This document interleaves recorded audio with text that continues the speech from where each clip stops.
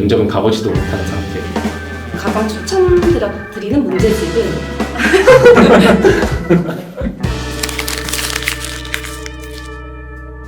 안녕하세요. 저는 이번 2025년 1월에 입사한 양산기술 디램 퍼니스 기술팀 김나영 DL입니다. 네, 저는 입사한 지 6, 7개월 정도 된 현재 디램 개발 PI 직무로 일하고 있는 황준현 TL입니다.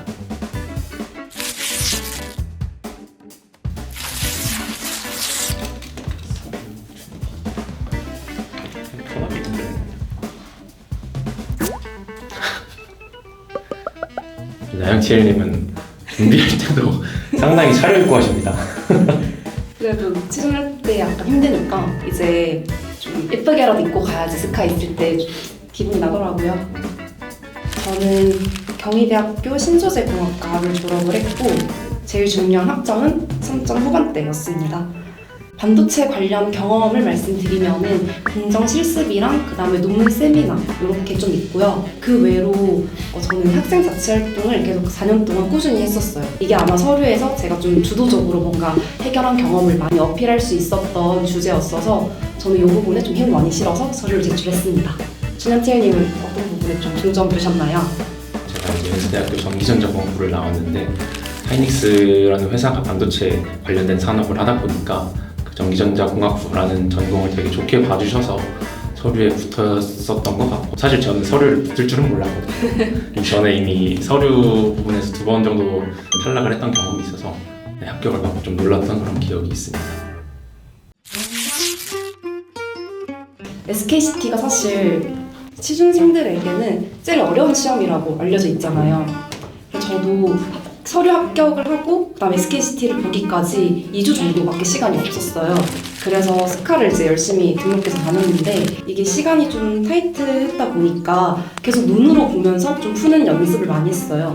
가장 추천드리는 문제집은 에듀리랑 해커스 이렇게 이 두 가지 많이 썼었고 계속 모의고사를 반복해서 풀어서 진행을 했었어요.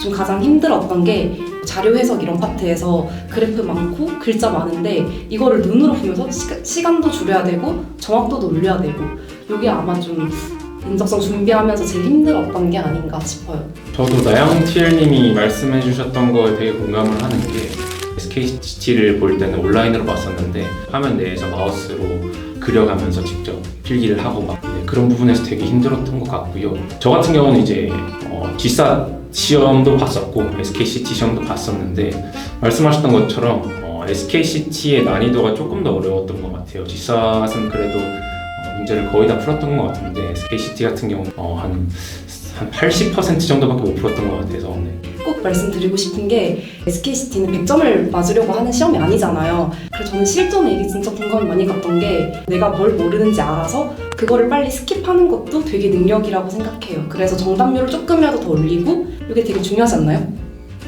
상당한 꿀팁입니다. 네, 이거 진짜 꿀팁이에요. 면접이면 정장인데 사실 취준생분들도 면접이 가장 중요하다고 생각하시고 제일 긴장되실 것 같아요.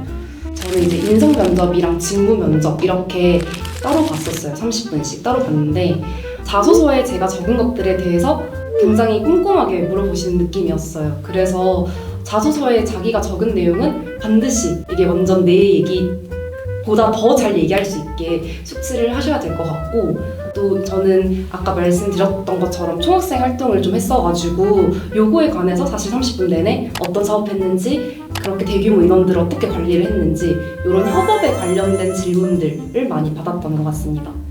사실 결론부터 말씀드리면 전 사실 붙을 줄 몰랐어요. 네, 아마 이제 직무 면접을 하시는데 제 공부량이 부족했었던 것이기 때문일 수도 있겠지만 일단 되게 세세하게 지역적으로 물어본다는 그런 느낌을 받았었거든요.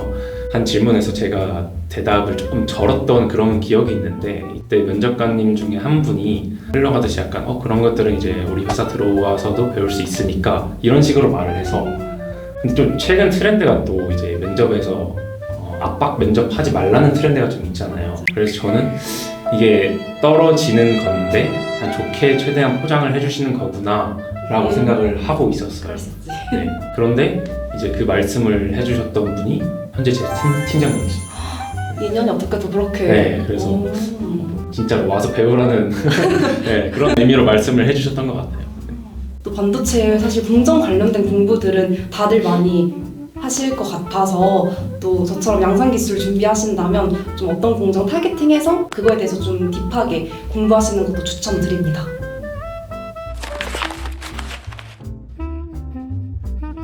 저는 인성 면접을 볼 때 좀 붙겠구나 싶었어요. 그 이유가 마지막 할 말에서 최고 수준이랑 행복을 같이 추구하는 거는 굉장히 어려운 일이잖아요. 그래서 저도 이게 제 가치관이지만 늘 공존하기가 힘들다라고 생각을 하는데 SK 하이닉스는 최고 수준과 구성원들의 행복을 같이 추구를 하고 있고 이 회사에서 이 기업 문화를 느끼면서 다니고 싶다 이렇게 말씀을 드렸더니 면접관님 중에 한 분이 저 지금 너무 감동받았어요 이렇게 말씀을 하셔가지고 그래도 되게 좋은 인상을 남겼겠구나 생각했습니다.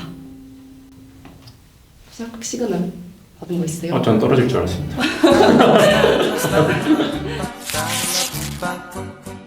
제가 노력하는 것 대비 결과가 나오지 않았었을 때 가장 힘들었던 것 같고요. 이제 저 같은 경우는 한 SK 하이닉스에 들어오기 위해서는 1년 좀 넘게 취준 생활을 했던 것 같은데 물론 이제 중간 과정에서 연구소에서도 잠깐 일을 했었고 하지만 1년 넘게 두 번 서류 탈락, 서탈하면서 진짜 면접은 가보지도 못한 상태에서 가장 힘들었던 것 같습니다. 나영티엘님은 뭐 힘든 거 있었나요? 네, 저는 취준을 이제 한 6개월 정도 했는데 결과론적으로는 이제 졸업 전에 하게 되어서 뿌듯한 건 있었지만 그래도 되돌아본다면 취준을 준비하면서 졸업 준비도 좀 해야 되고 마지막도 학점도 챙겨야 되고 그런데 계속 서류들 시즌이 한 번에 겹쳐 있으니까 쏟아지고 이게 아마 좀 제일 힘들었던 것 같아요. 그리고 또 서류도 아마 많이 지원을 하면은 또 그만큼 탈락 소식도 좀 많잖아요. 그럴 때마다 괜찮아 저기 안 갈 거야 해도 멘탈 관리를 계속 해야 되는 게 좀 제일 힘들었던 것 같아요. 왜냐하면 취준이 되게 소개팅 같다고 많이 비유를 하는데 내가 항상 되게 차일 것 같다라는 기분을 가지고 들어가는 거니까 이 멘탈 관리가 좀 제일 힘들지 않았나 그런 생각이 들어요. 혹시 힘들 때 본인만의 좀 극복하는 방법이나 좀 이런 거 있으셨어요?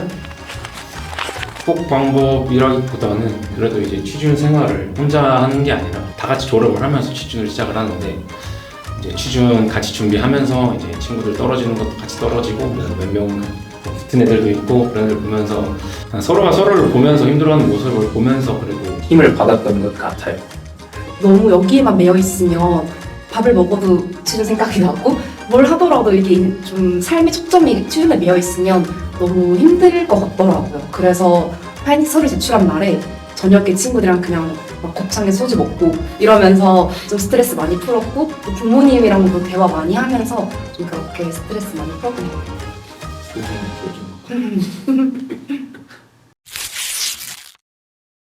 합격을 하고 나서 첫 출근까지 시간이 좀 있었죠? 저는 생각보다 많지 않았어요. 상반기, 하반기 나눠서 진행을 하잖아요, 보통. 근데 저는 그때가 아니라 좀 중간쯤에 이제 채용을 공고가 떠서 지원을 했던 거라서 저는 최종 발표가 나고 한 달 정도 시간이 있었던 것 같아요. 그럼 첫 출근 날에 좀 기분 어떠셨어요?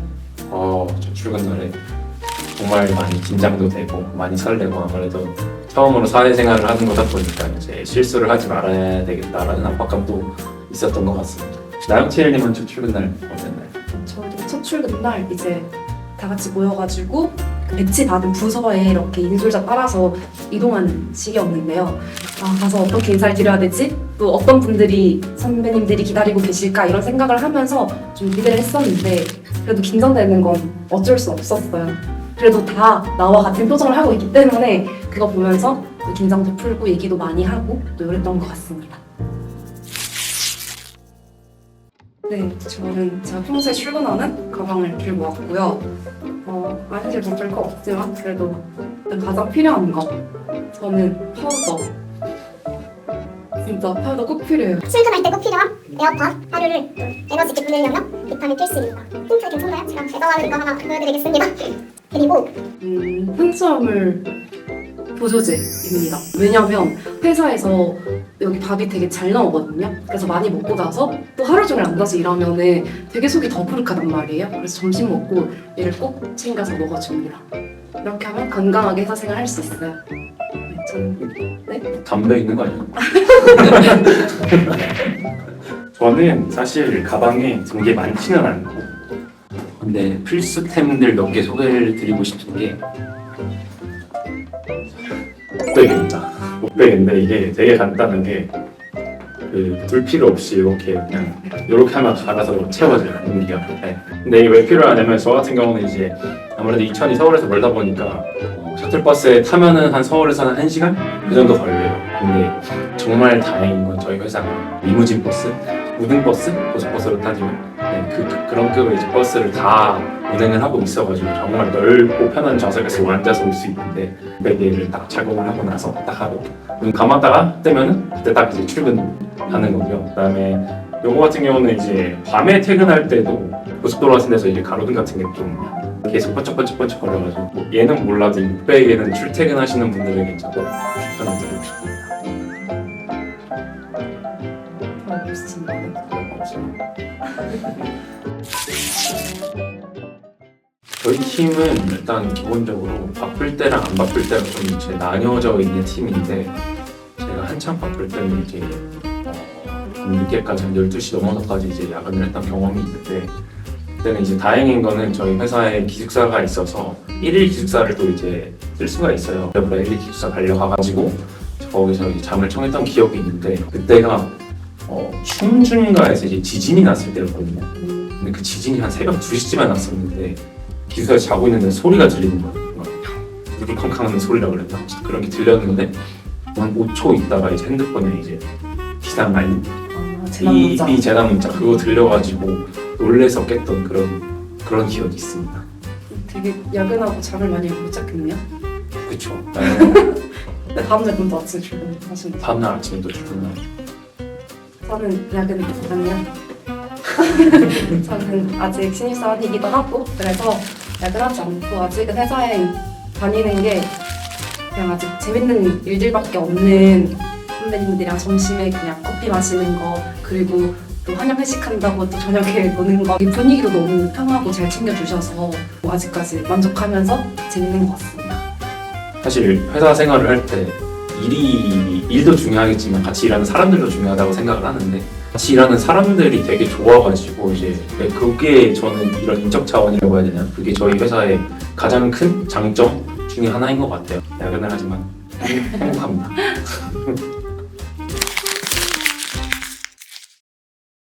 회사가 또 많이 뽑는 때가 있고 많이 안 뽑는 때가 있을 텐데 그때를 저희는 모르잖아요. 이제 언제든지 준비되어 있는 상태를 유지할 수 있도록 최대한 노력을 하신 그런 시즌생 되시길 바라겠습니다.